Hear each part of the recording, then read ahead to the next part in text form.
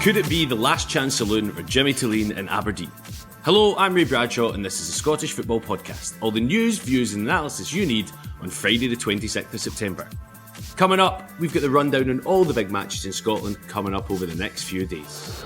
The Dundee United fans are trying to wind up the Aberdeen support by chanting "You're getting sacked" in the morning, and at various stages during this game the large Aberdeen support have been roundly booing what they've been seeing from their team here at Tannadice. Can Aberdeen beat the doommongers and statisticians and carve out a victory, or failing that, just even score a league goal at Fir Park? Looking for support, rolls in, Ian Archer takes a touch and scores!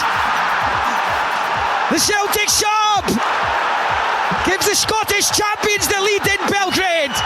After a creditable draw in Belgrade, can Celtic beat the dreaded European hangover and fend off a Hibs team desperate for another league victory? Oh, with the shot, oh, with the goal! Oh, eventually finds the back of the net, the flag stays down. Genk have finally got the breakthrough. It's Rangers nil, Genk 1. All that, plus we'll round up all the action from last night's Europa League game at Ibrox. The Scottish Football Podcast from BBC Sports Scotland. So welcome to the Scottish Football Podcast on this Friday morning. We're joined by two great guests today. First of all, we've got Rory Loy, former Rangers, St Mirren, Dundee, Falkirk. Pretty much, if you've heard of a football team, he probably played there. Rory, how are you? Yes, good, thanks, Ray. How yourself? I'm all right. How many clubs did you get to in the end? How many was it? I don't know off the top of my head, but you've named about a third of them there, I think. Yeah, we'll chuck in Carlisle for there. We're also joined by David Wotherspoon, currently with Inverness Caley Thistle, formerly of St Johnstone, Dunfermline. Who am I missing from your list? Hibs, Dundee United, I think. Yeah, okay, you're catching up with Rory. Chuck in a Canada cap, and then it's a nice wee combination, as you can tell by his very authentic Canadian accent. So, David, you're up at Inverness Caley just now. How's the season going? Yeah, great so far. It's started really well. Yeah, we've done well in all cups. Unfortunate in the League Cup not to make it out of the group stages. We thought we'd done well. Just sort of stumbled at the last hurdle against Raith Rovers, but it's been good. It's been good, and it's attacking football, which I've really enjoyed, and playing under Scott Gallagher, which has been fantastic. He's a great guy and a great coach. So it's been really enjoyable, and I've got a great bunch of lads up here as well. There's nothing more Scottish football than we had a great cup campaign. Didn't make it out the group stages, but it was good. Like, that is amazing. We'll take a brief look at last night's action at Ibrox, but don't forget, you can listen to all the post-match reaction from the Sports Sound team in the same podcast feed as this episode, just right above us. So quick chat on the Rangers game. Rory, were they better last night? I mean, listen, they were competitive to a point. Obviously, the red card doesn't help things, but in stark reality of it is Genk could have scored, 3, 4, 5, maybe as a push. They would have had to take every single chance they gotten, but they're not convincing, Rangers, and it's getting to Philip Clement territory now in terms of Russell Martin's interviews and how repetitive they are, using the same words over and over again. Saying that he came out, he was proud of the players in the second half. I mean, they've lost 1-0 at home to Genk. Listen, it's a European game. European games aren't easy. Rangers have a history now over the last few years of doing well in the Europa League, and that has helped managers when it's come to sticky periods in the domestic league. If Europe's not even going to be semi-successful this season for Rangers fans don't want to hear Russell Martin come out and say he's proud of the players in the second half, etc., etc. Were they better last night? Not really. Yes, I was saying to you, Rory, before we started, I watched the post-match analysis. Ali McCoist was very much getting stuck into everything Rangers, transfer policy and stuff like that. David, do you think the red card, Mohamed Diamante's red card, which was a definite red card in my opinion, do you think that is a get out of jail free card for them last night? It takes a bit of the pressure off because you're down to 10 men for, 50 minutes of the game? Or does that not really apply in that level of football, David? I don't think it does. I think at that level of football, it's a silly challenge to make. It's right in front of the referee. The referee has a great look at it, and straight away it's just, I don't know, it's just silly. Just doesn't need to dive in at that point. I thought Rangers in the first sort of 10 minutes, they had a foothold of the game. They looked like when they played against Hibs as well, they dominated the ball and they were getting balls into the box and chances, but then after that they sort of sat off and allowed them to come out, and then they started getting a foothold in the game, and then things just went from bad to worse. They didn't get the penalty shout, which I don't think was a penalty, and then the red card just doesn't help matters, and you can just feel the frustration around the stadium. And then, I mean, you just hearing the pundits at the end, the frustration, the negativity, the almost like anger as to where they were before in the European nights, where you used to really enjoy watching the atmosphere, the buzz. It's not there anymore at the moment, and I feel for them as well, because when things aren't going right, they don't go right, do they?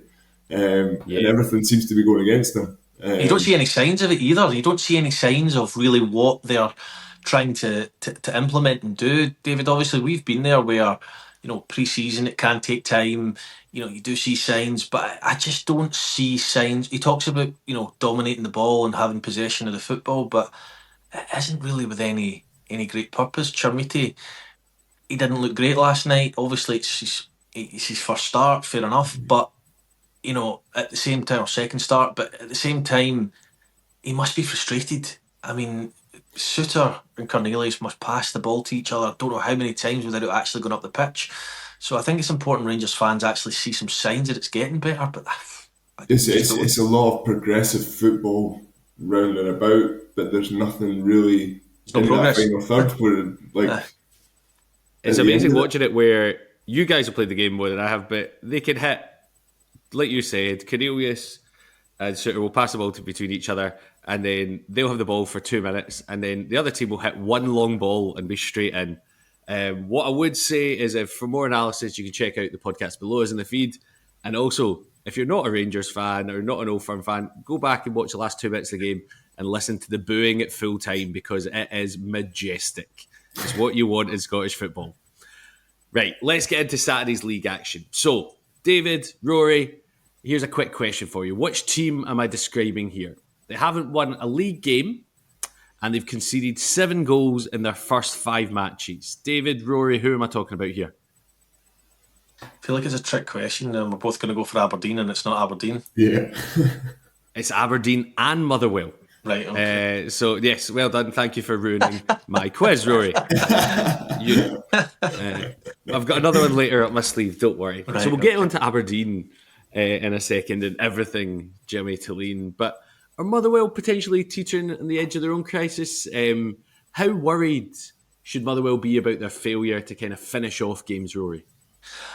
Well, I think you're taking it a step too far if you're suggesting they're teetering on the edge of a crisis. I think there's the fans have really enjoyed watching Jens Bertolascu's team, and I took in the game up at Pittodrie on Saturday, and I've watched them down in Paisley as well. They play some really good stuff.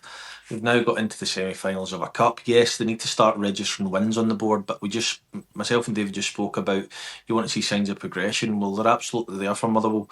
Obviously, a couple of individual errors from the goalkeepers cost them potentially 4 or 5 points, which isn't ideal.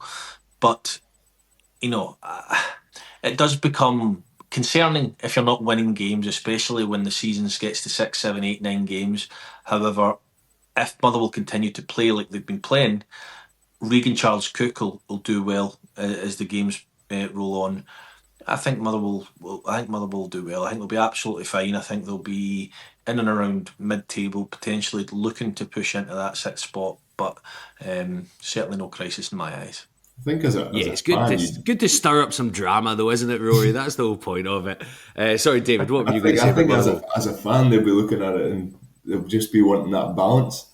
the excitement of the football, but then the results at the end of it. So it's like, which one do you take? But for you were talking about cup competition and stuff like that. When you get a win in the League Cup like they did last week, does that roll on into the league? Does that give you a bounce in your step, David? Yeah, absolutely. It's every game sort of, if you take that winning feeling, you move on with it, or even a good performance, you take that into the next game. Even if you might lose the game, you might draw the game, but if you put in a good performance, you'll still take that confidence from it and take that sort of feeling going into the next match as if you can win the next one. So it's all about momentum really as well. And if we go up to the other side, Aberdeen, Rory, we've been deluged with stats about performances, all the talk about they still haven't scored a league goal. They've brought in, and they've had a good transfer window, allegedly. Where do you think this is going? Not very far, by the looks of things at this moment in time. The fans, for the first time, are starting to turn, really. And Jimmy Tilleen doesn't really have a lot of, excuses or reasons to look to as to why this is happening. All jokes aside, you're talking about Motherwell being in crisis. You could flip it and say Motherwell are undefeated. Jens Berth last week, yes. You can turn around and say, look, there's very, very much reasons to be positive there when it comes to Aberdeen, though. Jimmy Tilleen, they looked flat against Motherwell on Saturday. I didn't see much, just the highlights of the game against Dundee United, and they get ripped open a couple of times far too easily, just lacking that confidence. They cannot score a goal. I mean, Carlson looks a good signing, and they've got some good players in there. I don't think he knows what personnel to go with. He consistently flicks between Nielsen and Shinnie.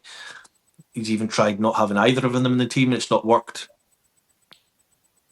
I think home to Livingston, home to Falkirk back to back, getting 1 point, it's just not enough. And that defeat the other night at Tannadice compounded things, and a trip to Fir Park is probably not what Jimmy Tilleen needs at this moment in time. Yeah, and David, when you're talking about, we said there, people thought they had a good transfer window, even bringing back in like Kevin Nisbet. Can bringing in too many players disrupt the squad? Absolutely. Can almost become like a revolving door. You don't get that consistency, you don't get that sort of loyalty in a team. But when you're down there and things aren't going your way, just like I was saying earlier, like confidence will be low, and they just won't see a turning point. And it's, if you concede that first goal, it's demoralising at times. So it's going to be really difficult for them to turn around. And like Rory said, they've brought in a lot of players, a lot of different players. I think Motherwell are the same as well. They've brought in a lot of, but it's been a bit more seamless. I don't understand. Like, there's a bit more, I don't know, because it's Aberdeen, there's more focus on them. They've brought in so many players, whereas Motherwell, they've brought in a lot of players, but there's not really that like media side where they're really focused on them and how much players they're bringing in. So I think there's a lot more pressure on the Aberdeen players to perform, especially with the crowds they get up there. There's going to be a lot of pressure on them to perform and get out there. Rory, before we move on to the other fixtures, I wanted to ask you a question as a striker, right? You've not scored a goal in a while. Been there many times. A big yeah. No, there was no other question. That was just it. What do you plan a celebration? See, when your club hasn't scored these 5 games, have you got one in your head? Will your team talk about it? Give us an insight into footballers' mindset. Well, the problem with the longest barren run I went on when I was at Dundee, I did play a large majority of the games out on the left-hand side, which seemed to happen a lot during my career, which was frustrating. But, it was, people say, I don't know how long I hadn't scored, and it was, 3 or 4 months or something like that, after a really good start to the season as well. I think I got 9 by November, and I had, between November and March, I had none. But the typical, you just need one to go in off your backside type thing. It didn't go off my backside, but Kane Hemmings, who was on fire that season, hit a shot, and the keeper, Ross County keeper's diving, and it's literally just, I didn't know anything about it. I'm running across the face of goal at the edge of the box, and it's just skiffed off my head, went in the net. So my main focus at that point wasn't celebrating, it was trying to convince everyone it had actually touched me so I could get the goal. So as soon as Kane came over, he'd scored about, I don't know, we're good friends off the pitch. He says, you can have that one. You can have that one. So I didn't celebrate too much. It was just relief and then trying to convince everybody around, whoever makes the decision on who gets the goal, that it was actually me that scored it. That's amazing. Straight in for the goal bonus. I like it. Goal bonus? I wanted the fans off my back. Never mind the goal bonus.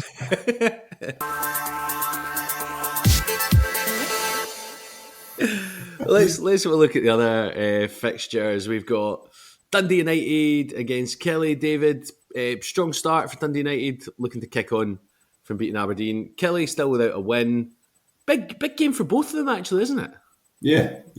I mean, I was looking at the table last night, and you see how tight it is. It's still early days, and there's still only like 4 points between third and 11th. So, I mean, one win can project you up the table.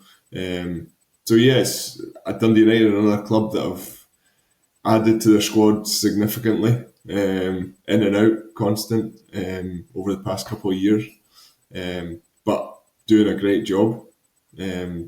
Obviously last year finishing so high up the table, and when he brings these players in, it just seems like they just hit the ground running. It's been good for them, and the confidence is there.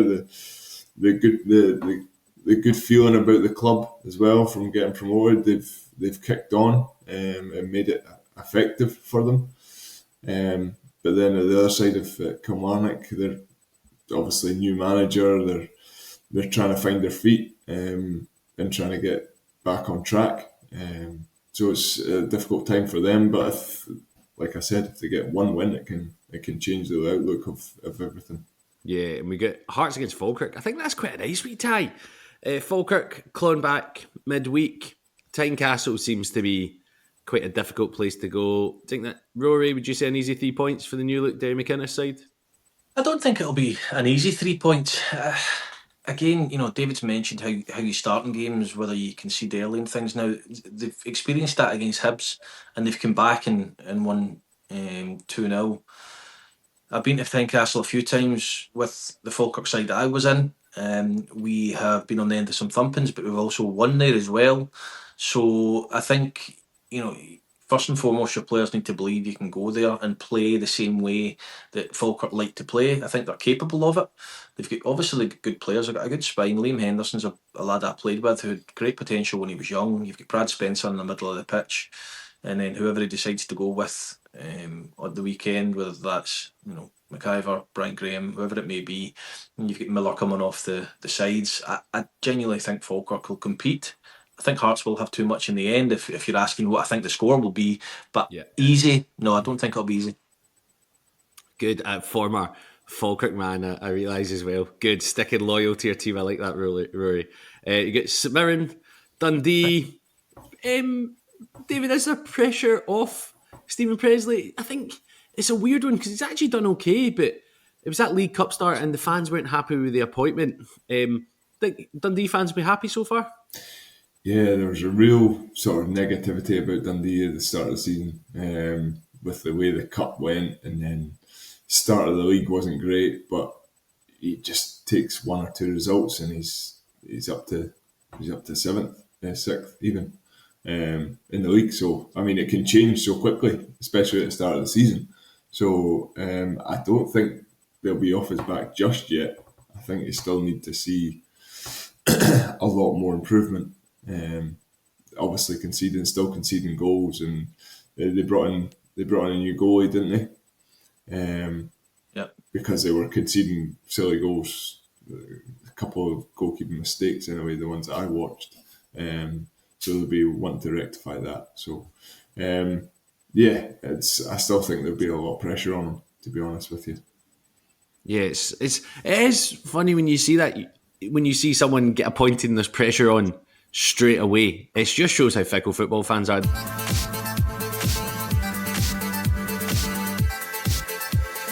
The other couple of games in this week, it's Celtic Hibs. Rory, you expecting a hangover from Belgrade? Well, Hibs will need to be a better version of themselves compared to what they've been in the last couple of games. They've shown signs offensively that they can really hurt teams.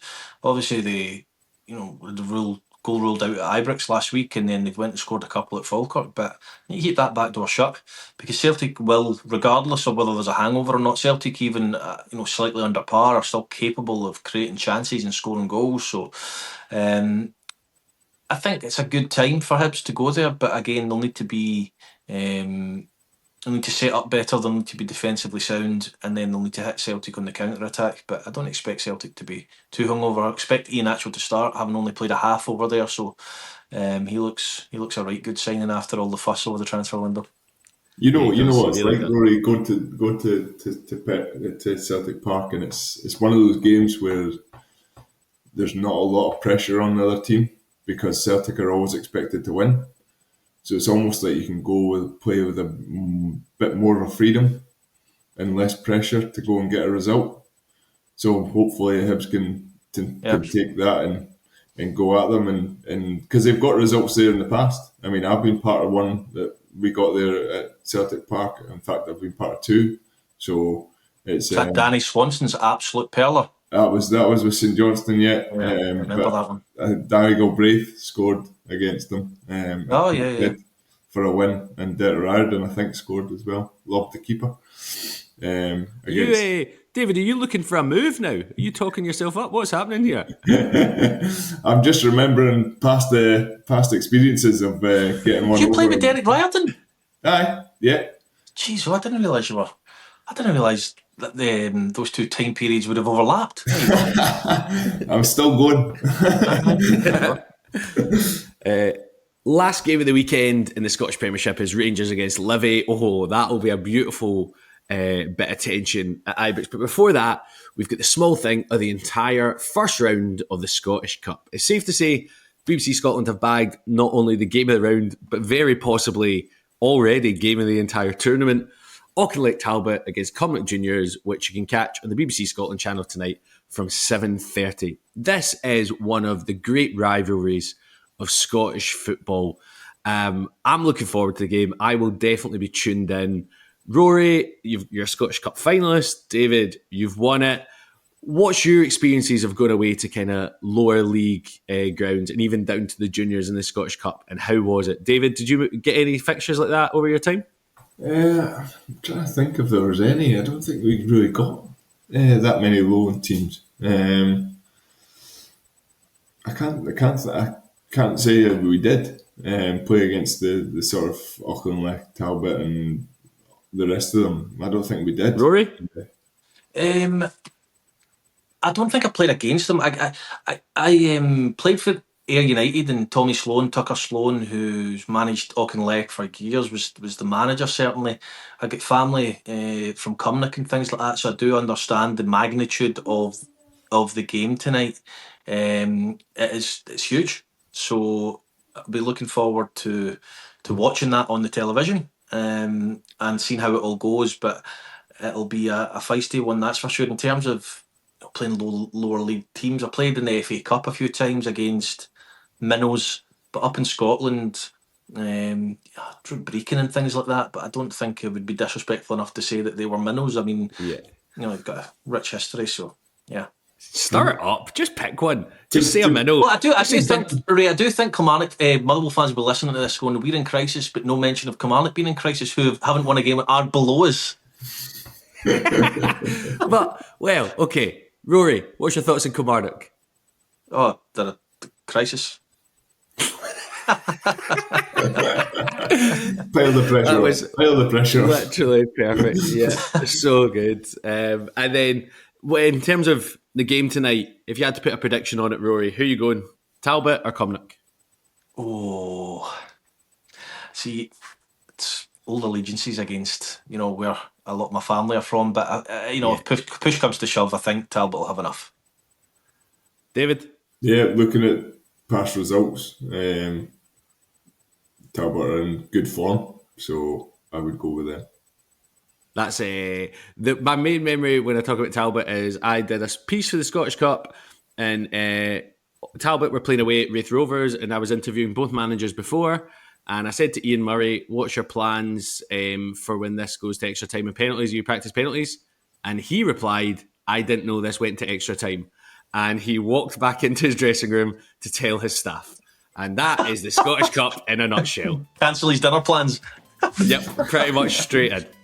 So that's all we've got time for. Many thanks to Rory Loy and David Wotherspoon, and thank you for listening. Remember, we're here with new episodes of the Scottish Football Podcast bright and early every day. So to make sure you don't miss out, subscribe on BBC Sounds and have push notifications turned on in your phone. Yeah, it's a great weekend of football. Make sure you get tuned in at 7:30 tonight, and we'll come back on Monday morning and see which word the word crisis is associated with each team.